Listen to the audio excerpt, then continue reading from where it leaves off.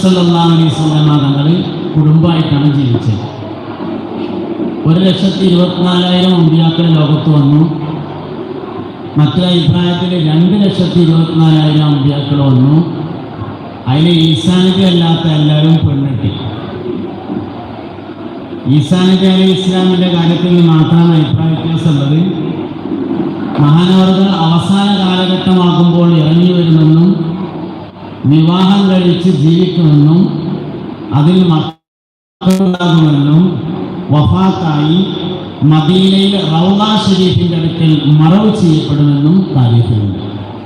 അതോടുകൂടി ലോകത്ത് വന്ന 1,24,000 അമ്പിയാക്കളും കുടുംബമായി ജീവിച്ചവർ ആവും. അപ്പൊ അമ്പിയാക്കൾ ചെയ്ത ഒരു വിഭാഗത്താണ് കുടുംബജീവിതം.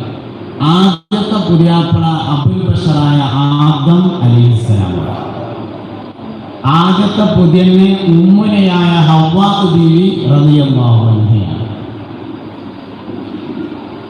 ആദ്യം വസ്ത്രം പുതിയാപ്പളാകുന്നെങ്കിൽ തുണിമുപ്പായാണല്ലോ. ആദ്യമായിട്ട് തുണിമുപ്പായം ഉണ്ടാക്കിയാൽ ആദം നബിയും ഹവ്വാ ബീവിയും ചേർന്ന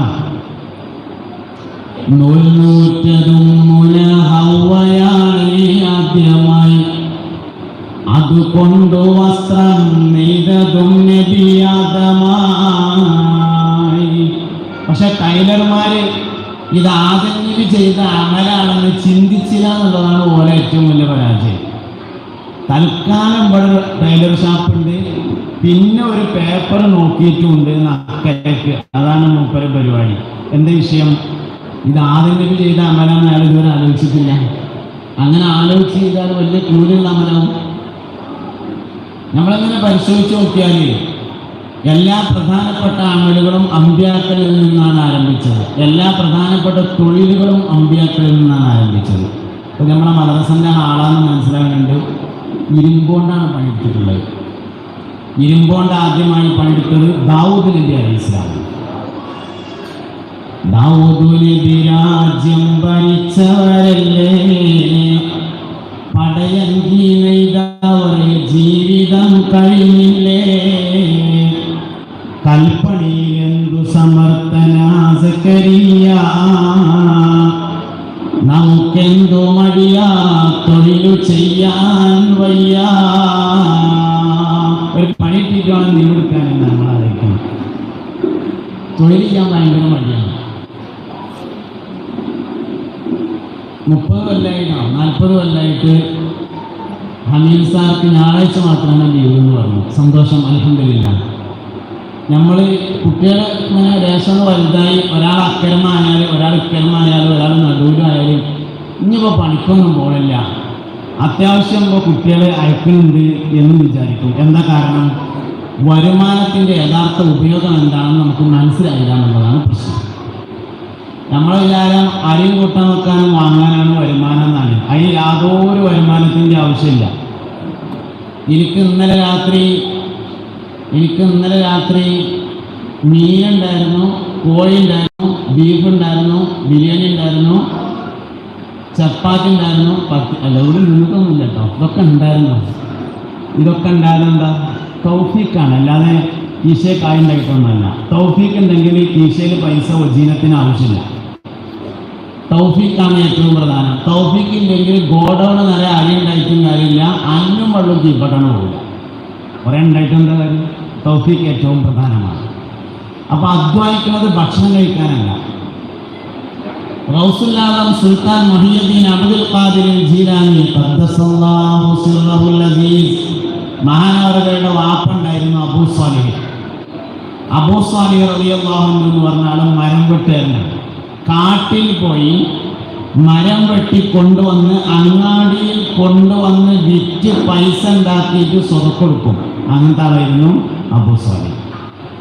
ശരിക്കും പണത്തിൻ്റെ ഏറ്റവും വലിയ ഉപയോഗം ഭക്ഷണം കഴിക്കലല്ല, വീടുണ്ടാക്കലല്ല, ഒന്നുമല്ല. പണത്തിൻ്റെ ഏറ്റവും വലിയ ഉപയോഗം സ്വതക്ക കൊടുക്കലാണ് എന്ന് തിരിച്ചറിയാൻ റൂഹ് തൊണ്ടക്കുഴിക്കെത്തണം. അപ്പം മനുഷ്യൻ പറയും, കുറച്ചേരും കൂടിയും തരുമോ, ഞാൻ സ്വതക്ക കൊടുത്ത് സ്വാലിഹായി കൊള്ളാം.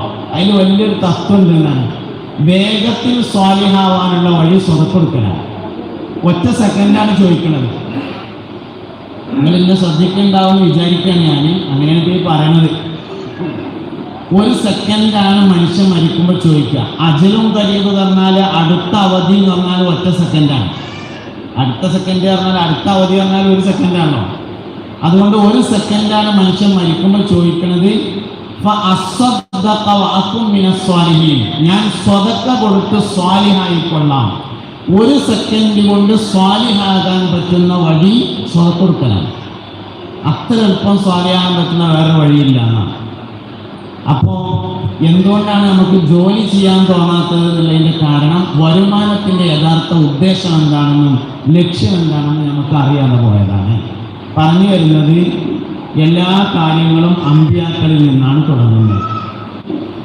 എല്ലാ അമലും അമ്പിയാക്കളിൽ നിന്നാണ്. തടി പണിയുവാൻ നബി നൂഹ് നല്ല സമർത്ഥന, തേക്കിൻ്റെ തടിയിൽ കപ്പൽ തീർത്ത പ്രസിദ്ധന. ആശാരിപ്പണി നൂഹ് നബി അലൈഹി ഇസ്ലാമിൽ നിന്നാണ് ആരംഭിച്ചത്. അങ്ങനെ ഓരോന്നെടുക്കാം.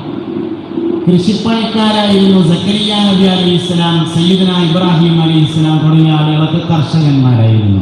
അമ്പിയാക്കളിൽ ഭൂരിഭാഗം ആളുകളും കർഷകരായിരുന്നു. കൃഷി എന്ന് പറയുമ്പോൾ നെല്ല്, ഗോതമ്പ് എന്നുള്ളത് മാത്രം എടുക്കണ്ട, ആട്, മാട്, ഒട്ടകങ്ങളും കൃഷിയുടെ ഇനത്തിലാണ് വരിക.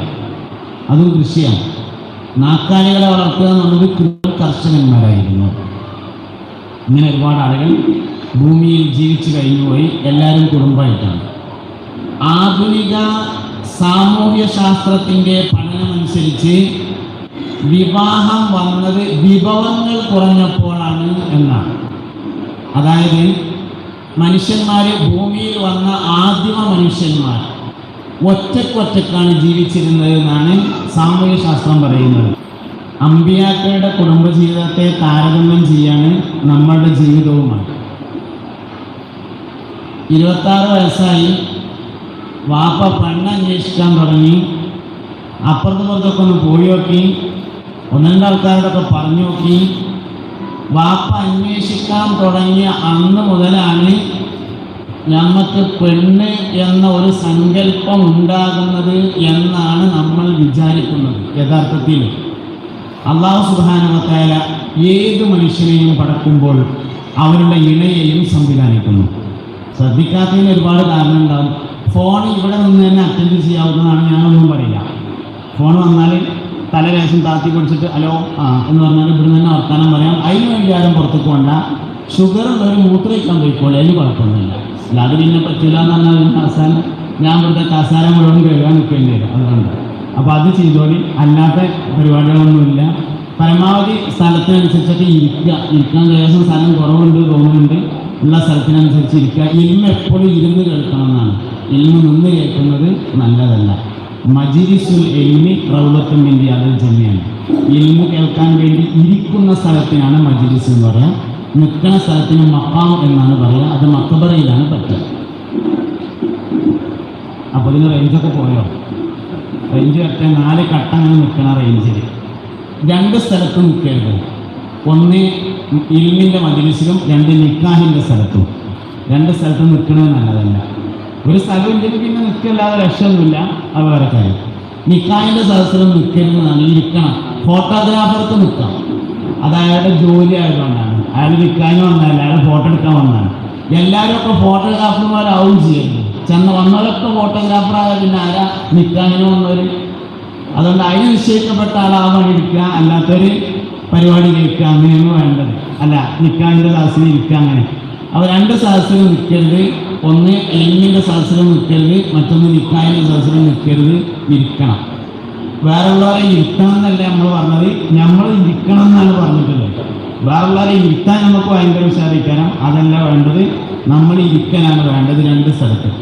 അപ്പോൾ സ്ഥലം ഉണ്ടെങ്കിൽ ഇരുന്നിട്ടാണ് കേൾക്കേണ്ടത്. എവിടെയാണെങ്കിലും മുസ്തഫായ നബി സല്ലല്ലാഹു അലൈഹി വസല്ലമ തങ്ങളുടെ ഹദറത്തിലേക്ക് സയ്യിദുനാ ജിബ്രീൽ അലൈഹിസ്സലാം പൂവെള്ള വസ്ത്രം ധരിച്ചുകൊണ്ടൊരിക്കൽ കടന്നു വന്നു.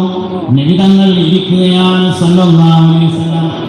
കാലിൻ്റെ മുട്ടിൻ്റെ അടുത്തേക്ക് മുട്ട് ചേർത്ത് വച്ചിരുന്നു കൊണ്ട് 3 ചോദ്യങ്ങൾ ചോദിച്ചു. ഇസ്ലാം എന്താണ്? ഈമാൻ എന്താണ്? ഇഹ്സാൻ എന്താ?